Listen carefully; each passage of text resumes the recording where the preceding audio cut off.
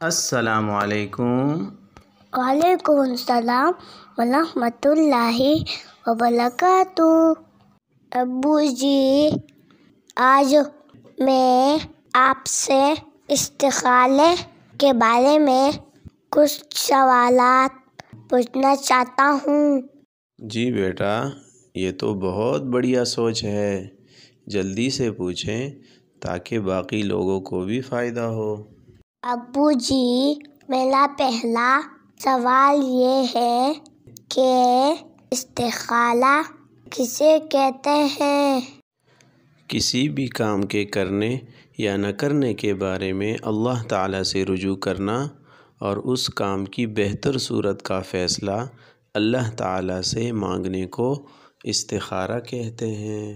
دوسرا سوال یہ ہے کہ استخارہ کا کیا فائدہ ہوتا ہے؟ سب سے بڑی بات تو یہ ہے کہ استخارہ کرنا سنت عمل ہے۔ ہمارے پیغمبر صلی اللہ علیہ وسلم نے صحابہ رضی اللہ عنہم کو استخارہ کی ترغیب دی اور خود بھی استخارہ کیا کرتے تھے، اور امت نے اس کو چھوڑ دیا ہے تو سنت زندہ کرنے کا ثواب مل جائے گا۔ دوسری بات یہ ہے کہ استخارہ کی برکت سے اللہ تعالیٰ بھلائی والی صورت انسان کے دل میں ڈال دیتا ہے، اس کے مطابق عمل کرنے سے انسان کو کامیابی مل جاتی ہے۔ تیسرا سوال میرا یہ ہے کہ استخارہ کا ذکر کہیں حدیث مبارکہ میں بھی ہے؟ جی ہاں، ایک صحیح حدیث میں آتا ہے، حضرت جابر رضی اللہ تعالیٰ عنہ فرماتے ہیں کہ نبی کریم صلی اللہ علیہ وسلم ہمیں تمام کاموں کے لیے استخارہ ایسے سکھاتے تھے جیسے قرآن مجید کی کوئی صورت ہو۔ خود نبی کریم صلی اللہ علیہ وسلم بھی استخارہ کیا کرتے تھے۔ یہ حدیث شریف صحیح بخاری میں حدیث نمبر 6382 پر موجود ہے۔ میرا چوتھا سوال یہ ہے کہ استخارہ کن کن کاموں کے لیے کر سکتے ہیں؟ عام طور پر تو لوگ نکاح، کاروبار وغیرہ اہم اور ضروری کاموں کے لیے استخارہ کرتے ہیں، چھوٹے موٹے کام کے لیے نہیں کرتے۔ حالانکہ صحیح بخاری کی حدیث شریف سے صاف معلوم ہوا کہ ہر چھوٹے بڑے کام کے لیے نبی کریم صلی اللہ علیہ وسلم صحابہ کرام کو استخارہ سکھاتے تھے، لہٰذا ہمیں بھی سارے کاموں میں استخارے کا اہتمام کرنا چاہیے۔ پانچواں سوال یہ ہے کہ استخارہ کا کیا طریقہ ہے؟ بہتر یہ ہے کہ پہلے 2 رکعت نفل استخارہ کی نیت سے پڑھ لیں، اس کے بعد استخارہ کی مسنون دعا پڑھ لیں، پھر سو جائیں، پھر اس کام کے متعلق بہتر صورت اللہ تعالیٰ دل میں ڈال دے گا، اس کے مطابق عمل کر لیں۔ چھٹا سوال میرا یہ ہے کہ استخارہ کی مسنون دعا کون سی ہے؟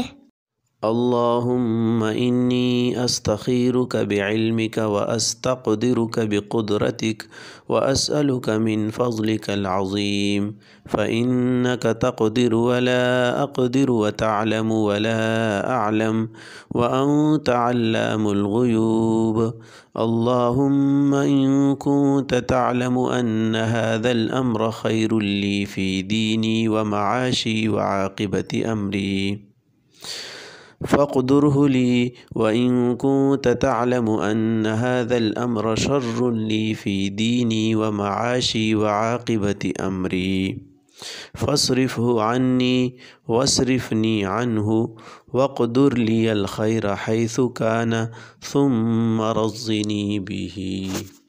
اس کا ترجمہ یہ ہے، اے اللہ، میں آپ کے علم کا واسطہ دے کر آپ سے خیر اور بھلائی طلب کرتا ہوں، اور آپ کی قدرت کا واسطہ دے کر اچھائی پر قدرت طلب کرتا ہوں، بے شک تو غیب کو جاننے والا ہے۔ اے اللہ، آپ علم رکھتے ہیں، میں علم نہیں رکھتا، یعنی یہ معاملہ میرے حق میں بہتر ہے یا نہیں، اس کا علم آپ کو ہی ہے، مجھے علم نہیں، اور آپ قدرت رکھتے ہیں اور مجھ میں قوت نہیں۔ یا اللہ، اگر یہ معاملہ میرے حق میں بہتر ہے، میرے دین کے لیے بھی بہتر ہے، میری معاش اور دنیا کے اعتبار سے بھی بہتر ہے، اور انجام کار کے اعتبار سے بھی بہتر ہے، اور میرے فوری نفع کے اعتبار سے اور دیر پا نفع کے اعتبار سے بھی بہتر ہے، تو اس کو میرے لیے مقدر فرما دیجئے اور اس کو میرے لیے آسان فرما دیجئے، اور اس میں میرے لیے برکت فرما دیجئے۔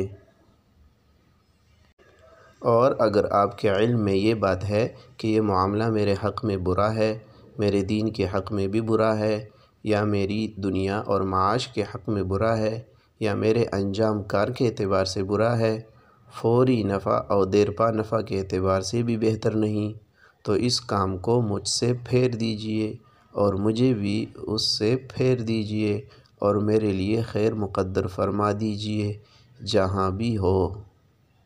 یعنی اگر یہ معاملہ میرے لیے بہتر نہیں ہے تو اس کو چھوڑ دیجئے، اور اس کے بدلے جو کام میرے لیے بہتر ہے اس کو مقدر فرما دیجئے، پھر مجھے اس پر راضی بھی کر دیجئے اور اس پر مطمئن بھی کر دیجئے۔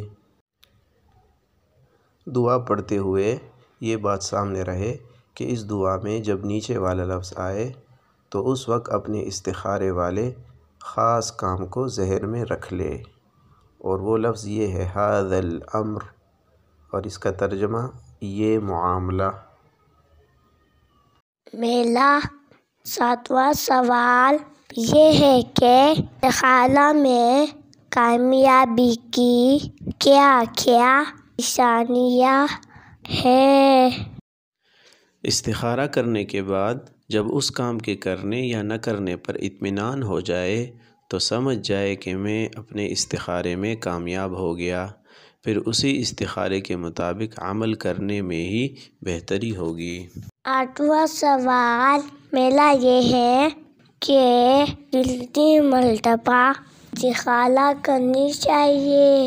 ایک دفعہ سے اطمینان نہ ہوا تو بار بار لگاتار استخارہ کرتا رہے، عام طور پر مسلسل 3 دن کے اندر اطمینان حاصل ہو جاتا ہے۔ اس کے بعد بھی اگر اطمینان حاصل نہ ہو تو اطمینان حاصل ہونے تک استخارہ مسلسل جاری رکھیں۔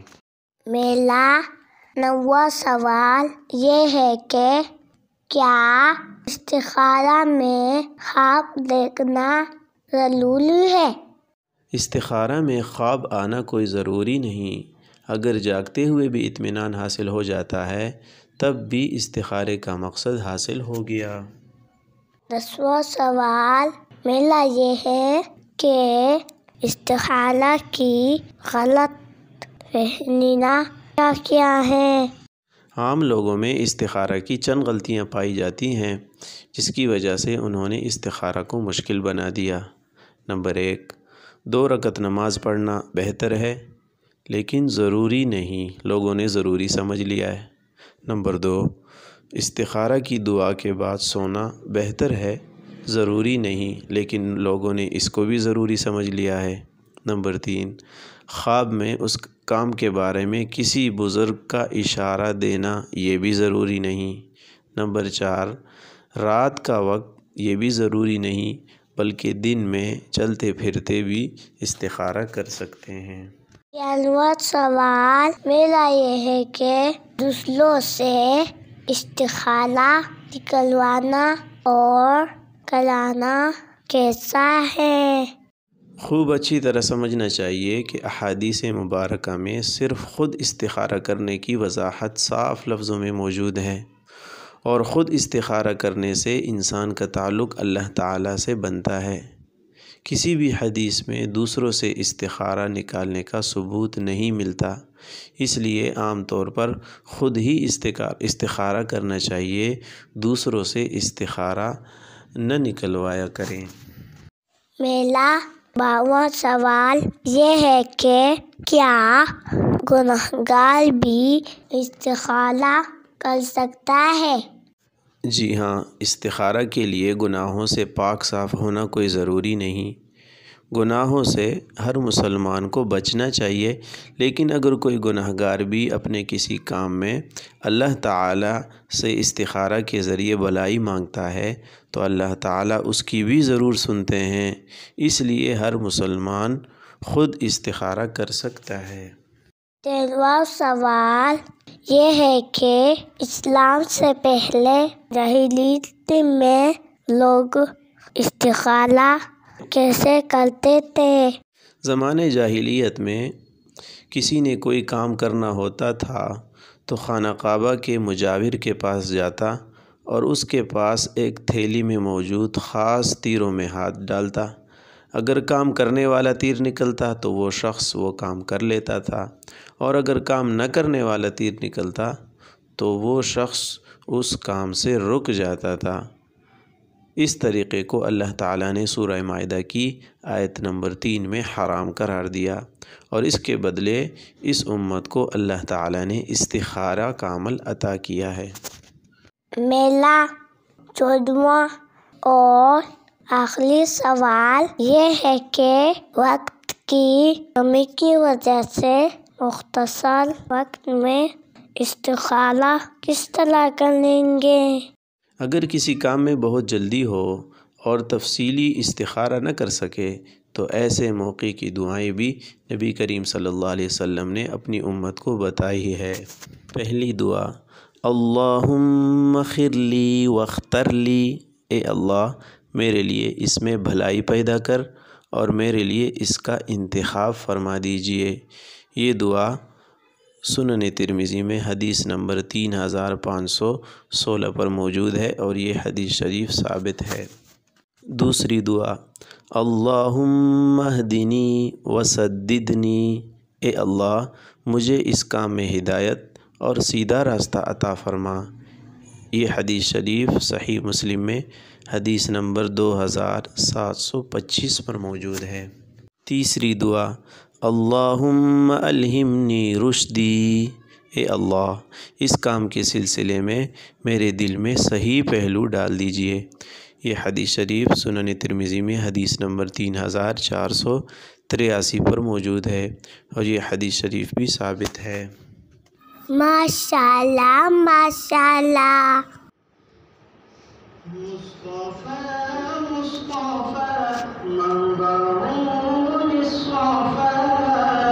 سید الانبیاء مشعل فی الوفا كان في عطفه لليتامى دفاع۔ مصطفیٰ مصطفیٰ منبع للصفا، آپ سیکھیں محمد امال کے ساتھ مصنون دعائیں، پیاری سنت اور اچھی باتیں۔ حسبی ربی جل اللہ ما فی قلبی غیر اللہ، مول محمد صلی اللہ لا الہ الا اللہ۔ ماشاءاللہ۔